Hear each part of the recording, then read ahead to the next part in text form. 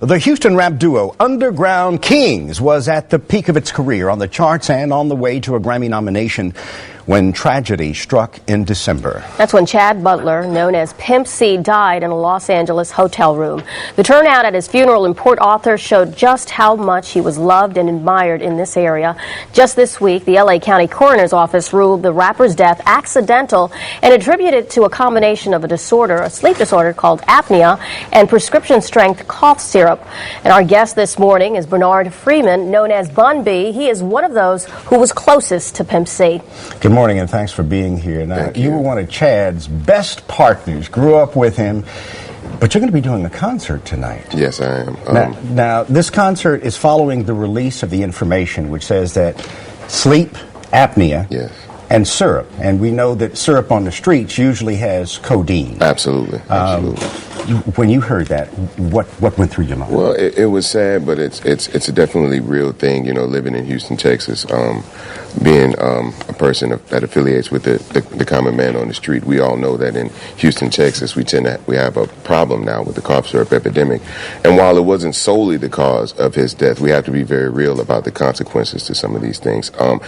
Pimp C did have a prescription for it, but you have to be very careful when you get prescriptions for certain things, because sometimes you can tend to go a little too far with some of these things. They have very strong addictive qualities, pills and syrups and whatnot. So to anyone out there, you know, that thinking about sipping syrup or currently abusing syrup, it may want to take a very good look at yourself, a long look at yourself in that cup. But in this case, we were told that the bottle did not have a prescription label on it. Right.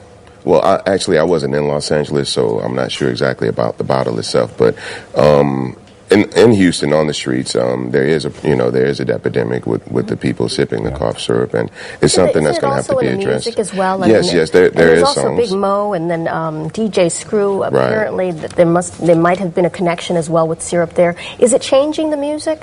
I can only speak for myself personally. You know what I'm saying? We had been toning down the content of certain things in the music lately. My new album, of course, probably won't have any references to cough syrup in it, but it's a little bit more than the music. I think it's going to start affecting the personal lives of a lot of artists and people in the Houston rap scene. Now, Underground Kings. Now, after 8 albums, 14 years together, he dies, but you get a Grammy nomination. Wow. Yeah, it was bittersweet, to say the least. But, you know, this is all due to Chad and his blessed talents. He was a very talented young man, had a very strong, clear vision of where he wanted to go musically, and this Grammy was something that he had always said that we would one day be able to get, which I wasn't really sure about it myself, but I had all the confidence in the world in him. So we stuck at it. We kept moving forward. He kept bringing all the talent that he possessed, putting it into the music, and we ended up coming up with this great song with Outkast, Players Anthem, produced by 3 6 Mafia, and the powers that be acknowledged it, and we have a Grammy nomination now, and it's all due to Chad. Well, congratulations, and you're also going to be performing tonight. Yes. This will be the first time since he passed away. Was it something that was a little bit hard for you?